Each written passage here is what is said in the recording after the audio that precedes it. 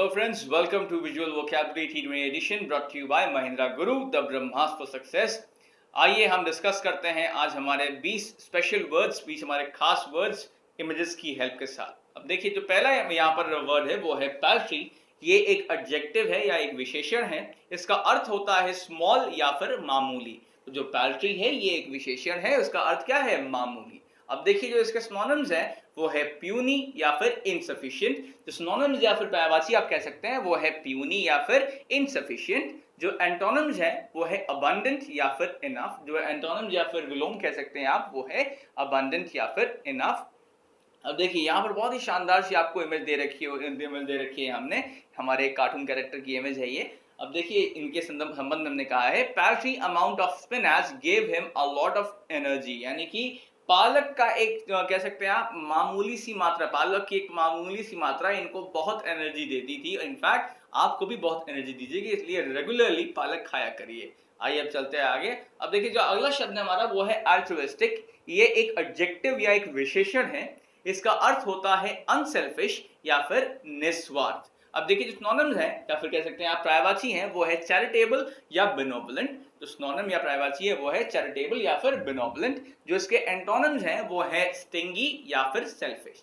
जो एंटोनिम या विलोम शब्द हैं वो है स्टिंगी या फिर सेल्फिश। अब देखिए यहाँ पर हमने इमेज दे रखी है भारत के पूर्व प्रधानमंत्री लाल बहादुर शास्त्री जी की। उनके संबंध में हमने यहाँ कहा है he was one of the most altruistic politicians of our nations, यानी कि ये हमारे देश के एक बहुत ही सबसे कह सकते हैं आप बहुत ही निस्वार्थ पॉलिटिशियंस में से एक थे।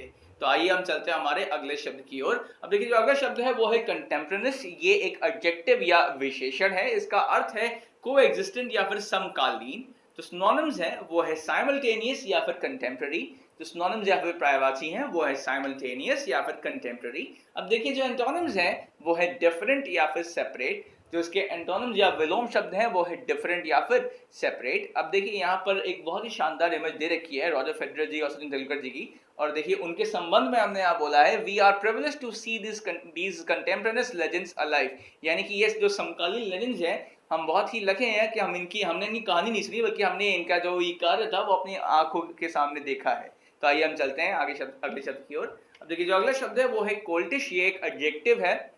इसका अर्थ होता है फुल ऑफ स्पिरिट या फिर चुलबुला कह सकते हैं आप। जो सिनोनिम्स हैं इसके वो है लाइवली या फिर प्लेफुल, यानी कि जो इसके पर्यायवाची हैं वो है लाइवली या फिर प्लेफुल। अब देखिए जो इसका एंटोनिम्स है वो है डिप्रेस्ड या फिर डाउन। अब देखिए जो इसके विलोम शब्द है वो है डिप्रेस्ड या फिर डाउन। अब देखिए यहाँ पर बहुत ही हमने एक शानदार सी इमेज दी है आपके लिए, कार्टून कैरेक्टर की इमेज है ये। इनके संदर्भ में कहा है one of the most coltish kids in the history of our legends. तो जो हमारे लेजेंड की हिस्ट्री उनमें से वन ऑफ द मोस्ट चुलबुला कह सकते हैं, एक बहुत ही चुलबुले से ये बच्चे रहे हैं, किड रहे हैं, कार्टून कैरेक्टर रहे हैं हमारे इतिहास में। आइए हम चलते हैं हमारे अगले शब्द की ओर। अब जो अगला शब्द देखिए वो है पेकिश। ये एक एडजेक्टिव या एक विशेषण है। इसका अर्थ होता है हंग्री या फिर भूखा।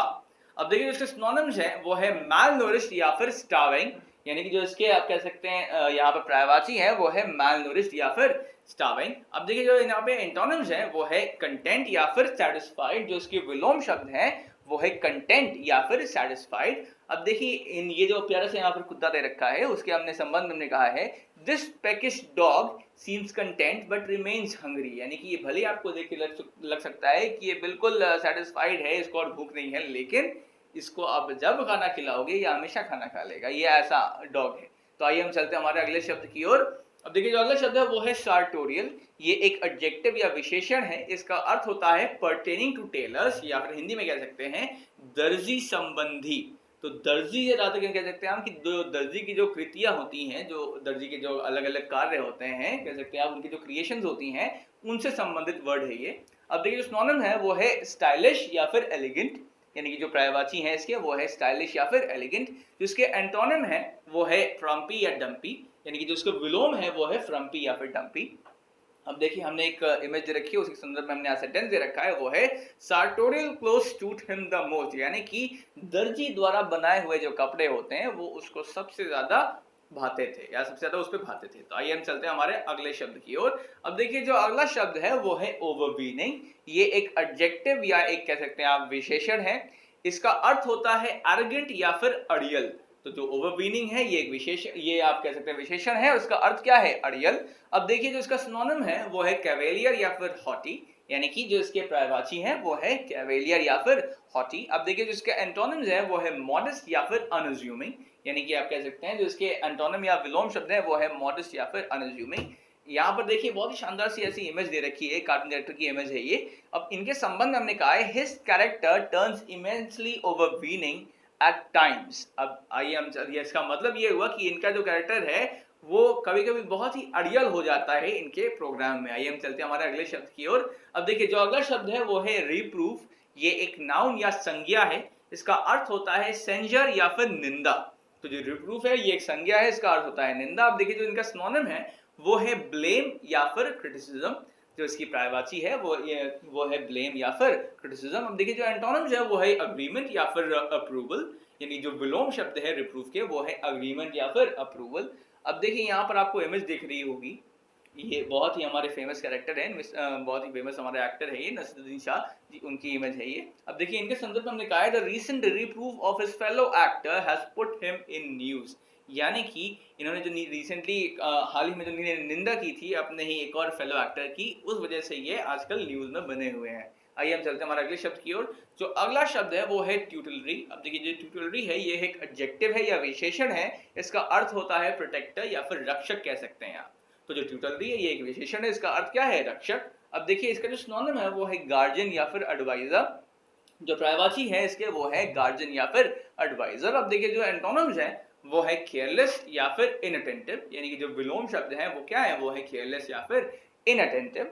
अब देखिए यहाँ पर एक बहुत ही शानदार सी इमेज दे रखी है और इनके संदर्भ हमने यहाँ कहा है his tutelary actions keep his dear ones safe, यानी कि जो इनके जो कार्य थे रक्षक वाले, उसी वजह से वो बेसिकली वो इनके जो भी प्रियजन हैं उनको सुरक्षित महसूस करते हैं या असुरक्षित महसूस कराते हैं रादर। तो आइए चलते हैं हमारे अगले शब्द की ओर। अब देखिए जो अगला शब्द है वो है कॉक या फिर वर्ब कह सकते हैं आप, क्रिया कह सकते हैं। इसका जो मीनिंग है वो है सिक्योर या फिर सुरक्षित करना। तो जो कॉक है वो एक क्रिया है, इसका अर्थ है सुरक्षित करना।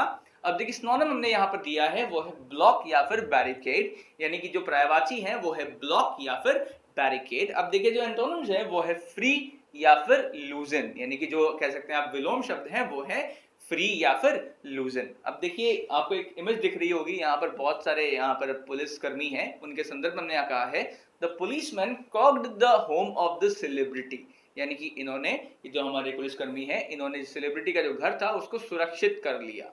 तो आइए हम चलते हैं हमारे अगले शब्द की ओर। अब देखिए जो अगला शब्द है वो है बैबलर। ये एक नाउन है, इसका अर्थ है टॉकेटिव या फिर बातूनी। तो जो बैबलर होता है इसका ये सिनोनिम है, सॉरी ये एक संज्ञा है, इसका अर्थ है बातूनी। अब देखिए जो सिनोनिम्स है इसके वो है चैटरबॉक्स या फिर लोकेशियस, यानी कि जो बैबलर के जो पर्यायवाची हैं वो है चैटरबॉक्स या फिर लोकेशियस। अब देखिए जो इसका एंटोनिम्स है वो है रेटिसेंट या फिर इंट्रोवर्ट, यानी कि जो उसके विलोम शब्द है वो है रेटिसेंट या फिर इंट्रोवर्ट। अब देखिए आपको यहाँ बहुत ही प्यारी सी इमेज दिख रही होगी और इस इमेज के संदर्भ में हमने कहा है she loves to be a babbler, यानी कि बातूनी होना इनको बहुत पसंद है। तो आइए हम चलते हैं हमारे अगले शब्द की ओर। ये है अकॉस्ट। ये एक वर्ब या फिर क्रिया है, इसका अर्थ होता है अप्रोच या फिर मिलना या मिलने की कोशिश करना, कुछ इस प्रकार से।